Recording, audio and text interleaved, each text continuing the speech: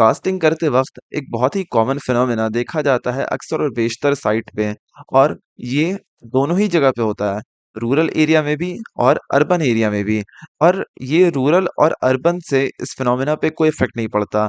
Effect पड़ता है कि किस तरीके से कास्टिंग करवाया जा रहा है। और जो फिनोमेना है उसका नाम है ब्लीडिंग। अभी आप सामने देख रहे हो कि मैंने हाथ से हिला के दिखाया, वो पानी ऊपर सरफेस पे आया हुआ है। उसी को हम लोग कहते हैं ब्लीडिंग। कंक्रीट में क्या होता है कि कुछ सरफेस जब आप कास्ट करोगे ना, तो उस टाइम क्या होता है कि कुछ वाटर जो होता है वो सबसे ऊपर आ जाता है, यानी कंक्रीट के टॉप सरफेस पे आ जाता है। तो उसको कहते हैं ब्लीडिंग। ये आप सामने देख सकते हो कि मैंने अपने हाथ से हिला के दिखाया अभी कि कितना ब्लीडिंग हो रहा है इस स्ट्रक्चर में। फिर देखो इस वीडियो में ना हम लोग कंप्लीट बात करेंगे ब्लीडिंग के बारे में कि देखो ब्लीडिंग क्या होता है अपना, कौन कौन सा फैक्टर्स इफेक्ट करता है जिससे कि ब्लीडिंग का रेट इंक्रीज या फिर डिक्रीज होता है, या फिर वेज क्या होता है जिससे कि हम लोग ब्लीडिंग को रिड्यूस कर सकते हैं। ब्लीडिंग का क्या इफेक्ट होता है स्ट्रेंथ पे, कंक्रीट के स्ट्रेंथ पे इसका क्या इफेक्ट रहता है उसके बारे में भी बात करेंगे। और कितने तरीके का ब्लीडिंग होता है, और क्या हर जो भी ब्लीडिंग होता है तो क्या वो सरफेस पे राइज कर पाता है वाटर, या फिर राइज नहीं कर पाता है। आज इन सारे टॉपिक्स पे ना कंप्लीट डिस्कशन करने वाले हैं हम लोग। ठीक है, सो अपने वीडियो को स्टार्ट करने से पहले प्लीज मेरे चैनल को जरूर से सब्सक्राइब कर लो और मेरे इस वीडियो को जरूर से लाइक कर दो। चलो अब स्टार्ट करते हैं अपने वीडियो को। देखो सबसे पहली बात तो क्या होती है कि ब्लीडिंग क्या होता है। देखो ब्लीडिंग में एक प्रोसेस होता है जिसमें कि हैवियर पार्टिकल होता है ना, वो सेटल कर जाता है नीचे, और उसके वजह से वाटर राइज अप कर जाता है। जैसे कि आप सामने अभी देखें, इस तरीके से वाटर राइज अप कर जाता है कंक्रीट के टॉप सरफेस पे। ठीक है, हैवियर पार्टिकल कौन कौन सा होता है अपने कंक्रीट में, तो ऑब्वियस सी बात है एग्रीगेट होता है। 10 mm और 20 mm यही यूज किया जाता है कंक्रीटिंग में। तो 10 mm और 20 mm क्या नीचे सेटल कर जाता है। 20 mm ज्यादा नीचे जाता है, मतलब सबसे बॉटम में, और 10 mm से थोड़ा सा ऊपर रहता है। ओके, सो 10 mm और 20 mm सेट कर जाता है बॉटम में, जिसकी वजह से अपना वाटर जो होता है राइज अप कर जाता है कंक्रीट के सरफेस पे। और इसी को कहते हैं हम लोग ब्लीडिंग। अब बात करते हैं हम लोग फैक्टर्स के बारे में। फैक्टर्स जिससे कि ब्लीडिंग का रेट बढ़ता या फिर घटता है। ठीक है, देखो सबसे पहला फैक्टर जो होता है ना, वाटर सीमेंट रेशियो होता है। अगर वाटर सीमेंट रेशियो अगर हाई है तो ब्लीडिंग का रेट भी हाई होगा, और अगर वाटर सीमेंट रेशियो कम है तो वाटर ब्लीडिंग का रेट भी कम होगा। ठीक है, अब दूसरा फैक्टर क्या है, फाइननेस ऑफ सीमेंट और एग्रीगेट।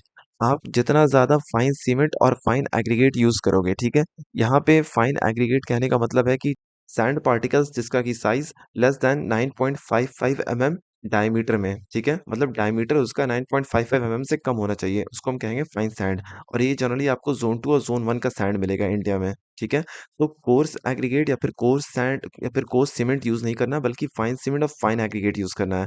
ठीक है, तो तीसरा पॉइंट रहता है हाइट और प्रेशर के बारे में।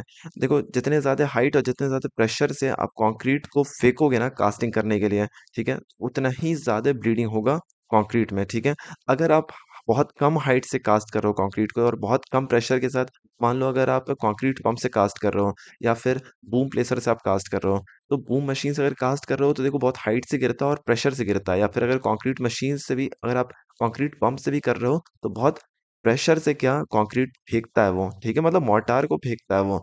तो अगर उसका प्रेशर कम होगा, ठीक है, और हाइट कम होगा, तो उतना ही कम ब्लीडिंग होगा। और जितने ज़्यादा हाइट होगा और जितना ज़्यादा प्रेशर होगा उतना ही ज़्यादा ब्लीडिंग होगी। देखो अब बात करते हैं अपने तीसरे टॉपिक के बारे में कि ऐसा कौन-कौन सा तरीका है जिससे कि ब्लीडिंग को स्ट्रक्चर में होने से कम किया जा सकता है। देखो सबसे पहला पॉइंट है कि वाटर कंटेंट को लो रखो। ठीक है, अब देखो इसका मैं एक एग्जांपल लेके आपको समझाता हूँ कि वाटर कंटेंट को कैसे लो रखना है। ठीक है, अब देखो मान लो अगर आप कास्टिंग कर रहे हो M20 ग्रेड से, ठीक है, आप अगर 1 एम क्यूब का क्वांटिटी आपको बनाना है, तो उसमें 8 बैग लगता है। 8 बैग का वज़न होता है 403 किलो। ठीक है? अब थंब रूल कहता है कि 55% वाटर मिलाना है। ठीक है? तो 55% किसका? तो 55% जो सीमेंट का जो वेट है, ठीक है? सीमेंट कितना? तो 1 एम क्यूब का जो माल बनाना है आपको, ठीक है? 1 एम क्यूब का जो आपको क्वांटिटी बनाना है, उसका उसमें जितना सीमेंट बैग लग रहा है, उसका जो वेट होगा उसका 55%।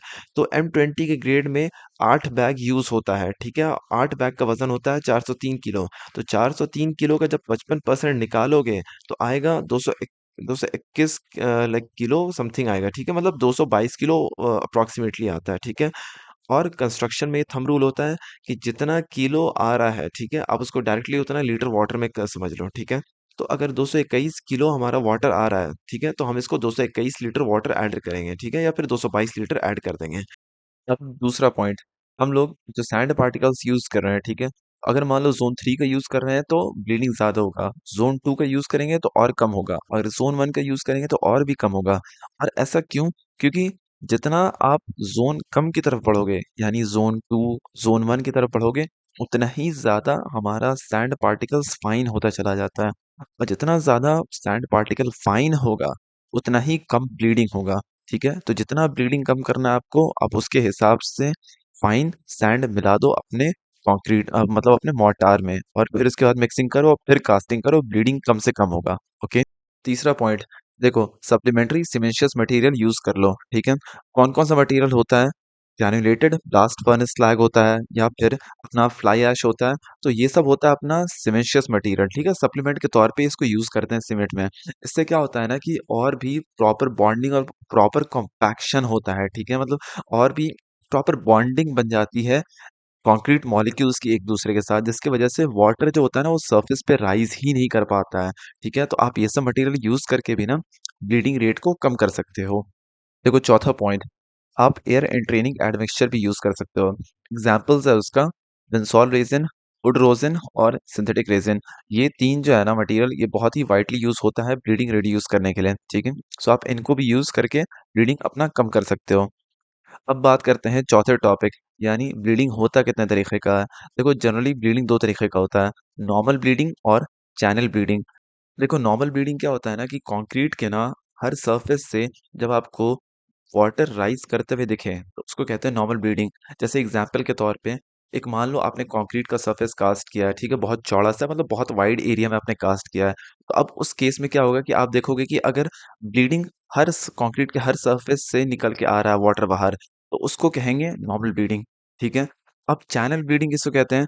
मान लो कि एक एग्जांपल लेते हैं कि बहुत चौड़ा सा आपने सरफेस कास्ट किया, लेकिन आप देख रहे हो कि किसी किसी एरिया पे ब्लीडिंग आपको दिख रहा है और किसी एरिया पे नहीं दिख रहा आपको ब्लीडिंग। ठीक है, तो इसका मतलब है कि कोई पर्टिकुलर चैनल मिल गया, कोई पर्टिकुलर पाथवे मिल गया है वाटर को सरफेस पे राइज करने का। सो उसी पाथवे से वाटर आ रहा है अपना, ठीक है। तो इसी को कहते हैं चैनल ब्लीडिंग, मतलब एक चैनल मिल गया है ब्लीडिंग होने के लिए वाटर को, ठीक है, वो सरफेस पे आने के लिए एक चैनल मिल गया, उसी चैनल से आ रहा है, तो इसलिए इसका नाम होता है चैनल ब्लीडिंग। और देखो ब्लीडिंग के बारे में ना एक बहुत ही इंपॉर्टेंट बात जानना जरूरी है कि ब्लीडिंग होगा जब भी, तो इसका मतलब ये नहीं है कि वाटर सरफेस पे आ जाएगा। हाँ, जनरल सेंस में ये चीज होता है, लेकिन ब्लीडिंग में ऐसा भी केस होता है जबकि वाटर अपना सरफेस पे राइज नहीं करता है, बल्कि एग्रीगेट्स के एग्रीगेट्स के नीचे और रीइंफोर्समेंट जो आपने दिया है कंक्रीट सरफेस में, उसके नीचे वो ट्रैप होके रह जाता है, वो सरफेस पे आ नहीं पाता है। ठीक है, मतलब नीचे से शुरू तो होता है ऊपर आना, लेकिन हैवी एग्रीगेट्स के नीचे दब जाता है कुछ वाटर, और कुछ वाटर रीइंफोर्समेंट के नीचे दब जाता है, और थोड़ा मोड़ा सा सरफेस आ पाता है कंक्रीट के ऊपर। ठीक है, तो इस तरीके का भी सिचुएशन अराइज होता है। ओके। देखो चैनल ब्लीडिंग होने के बाद ना एक चीज आपको देखने को मिलेगा, जब कंक्रीट सरफेस पूरा के पूरे तरीके से सूख जाएगा ना, 24 घंटा 25 घंटा हो जाएगा उसको, उसके बाद क्या, जब आप कंक्रीट सरफेस को देखोगे तो कंक्रीट सरफेस पे कुछ इस तरीके का आपको पाथवे नेटवर्क मिलेगा, जैसा कि आप यहाँ पे सामने देख रहे हो। देखो आपको ऐसा लग रहा है कि यहाँ से पानी गुजर के गया, मतलब पानी बह के गया है इधर से, उस तरीके का रास्ता बना हुआ है छोटा छोटा। देखो जो मैं अपने उंगली से दिखा रहा हूँ, ठीक है, तो ये इस तरीके का चैनल ब्लीडिंग होने के बाद इस तरीके का अपना सरफेस दिखता है कंक्रीट पे। ठीक है, सो इस वीडियो में मैंने कंप्लीट इन्फॉर्मेशन दिया है ब्लीडिंग के बारे में, कि ब्लीडिंग क्या होता है, फैक्टर्स क्या होता है जिससे कि वो बढ़ता घटता है, या फिर क्या तरीका है जिससे कि रिड्यूस किया जा सकता है ब्लीडिंग को, टाइप क्या होता है उसका, ब्लीड वाटर कभी सरफेस पे पहुंचता है कभी नहीं पहुंचता है, और पहुंचने के बाद किस तरीके का दिखता है अपना कंक्रीट सरफेस। मतलब मैंने कंप्लीट डिटेल में क्या आपको ब्लीडिंग के बारे में बताया। इतना डिटेल्ड वे में आपको कोई दूसरा वीडियो शायद ही मिलेगा आपको यूट्यूब पे। सो देखो आप मेरे चैनल को ज़रूर से सब्सक्राइब कर लो, क्योंकि इतना इन्फॉर्मेशन आपको शायद ही, मतलब मैं जो भी टॉपिक लाऊंगा ना तो उस पे कंप्लीट डिटेल में लाऊंगा, कि आप जो टॉपिक देख, मतलब जिस जो भी वीडियो देखो मेरा, आपको उस टॉपिक पे ना कंप्लीट डिटेल मालूम हो जाए, तो कंप्लीट नॉलेज हो जाए उस पे आपको। ठीक है, सो इस तरीके का मेरा वीडियोस रहता है। सो ज़रूर से मेरे चैनल को सब्सक्राइब कर लो, और मेरे वीडियो को भी लाइक कर दो, अपने दोस्तों के साथ भी शेयर कर दो। ठीक है, चलो अब अगले वीडियो में मिलते हैं, तब तक के लिए थैंक यू।